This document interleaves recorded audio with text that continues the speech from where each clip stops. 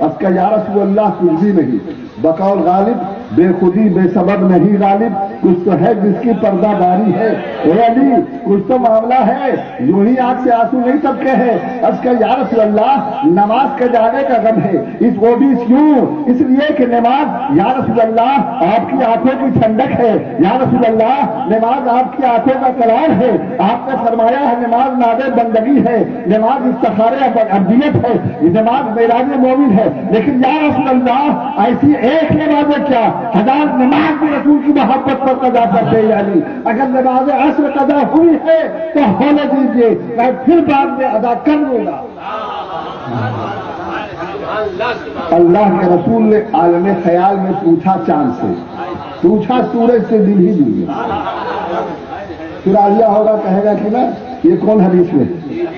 میں نے کہا کہ اللہ کے رسول کی خاموشی آپ کی خاموشی بول رہی ہے، آپ کی خاموشی کہہ رہی ہے کہ روو، رب کی بارگاہ میں فریاد کرو، تب نہ رب کی رحمت تمہاری مشکل کا حل فرمائے گا۔ تو ظالم کہہ رہا ہے کہ یہ کون سی حدیث ہے کہ رسول جو کہہ رہے ہو ایسا، اور میں کہہ رہا ہوں کہ عالم خیال میں آپ فرما رہے ہیں۔ آج بھی کہیں نہ عالیہ ہو تو پھر یہ سن لے گا کیسٹ کو، تو بولے گا یہ کون سی حدیث ہے جو رسول نے چاند سے کہا، رسول نے سورج سے پوچھا۔ غور کرو لفظ پر، اللہ کے رسول نے عالم خیال میں دل ہی دل میں پوچھا، دل ہی دل میں سوچا، یہ ہمارا یہ خیال ہے۔ اے سورج تو نے علی کا فیصلہ سن لیا، اب تو بتا تیرا کیا خیال؟ اللہ کے رسول نے دل ہی دل میں سورج سے پوچھا، اے سورج تو نے علی کا فیصلہ سن لیا، اب تو بتا تیرا کیا خیال ہے؟ تو سورج وہیں سے کہہ رہا تھا یا رسول اللہ آپ اپنے بچپنے کو یاد کیجئے، جب آپ بچپن میں چاہے حلیمہ کے پلے میں کھیلا کرتے تھے، جھولا کرتے تھے، ہاتھ اور پیر پھینکا کرتے تھے، تب ہم چاند و سورج کھلونا نور و رحمت کا بن کر آپ کا دل بہلایا کرتے تھے۔ بچپن میں بلا حکم سے آپ کے اشارے پر چلے ہیں، آج حکم تو دیجیے۔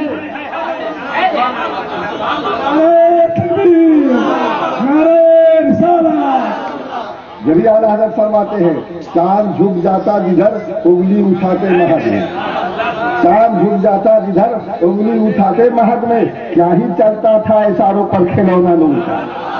اے آقا یاد کیجئے ہم چاند و سورج کھلونا نور کا بن کر آپ کا دل بہلایا کرتے تھے، تو جب بچپن میں بلا حکم کے اشارے پر آپ کے اشارے پر چلے ہیں، اور حکم تو دیجئے، حکم پا کر آپ کے فرمان پر عمل کرنا، ناز غلامی کو اختیار کرنا۔ اللہ کے رسول نے اشارہ فرمایا، سورج واپس پلٹ آیا، سورج واپس پلٹ آیا۔ اللہ کے رسول نے فرمایا اے علی جو رسول کی محبت میں قربانی دے اسے قضا کی کیا ضرورت ہے؟ وہ سورج حاضر ہے، نماز عصر قضا نہیں، ادا کر لو، ادا کر لو، اور حضرت علی نے نماز عصر ادا کر